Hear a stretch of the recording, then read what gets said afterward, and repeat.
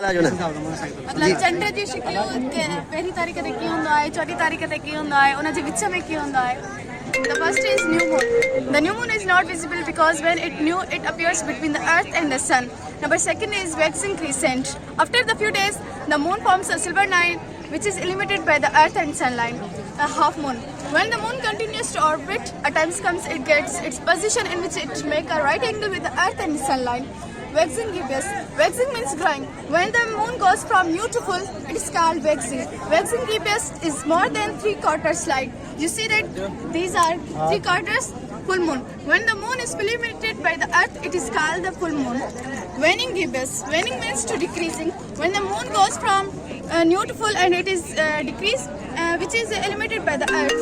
And last quarter. When the moon continues to wane as it moves to orbit and become the last quarter. Waning crescent. With each night, the moon continues to orbit and become the other waning crescent. Thank you.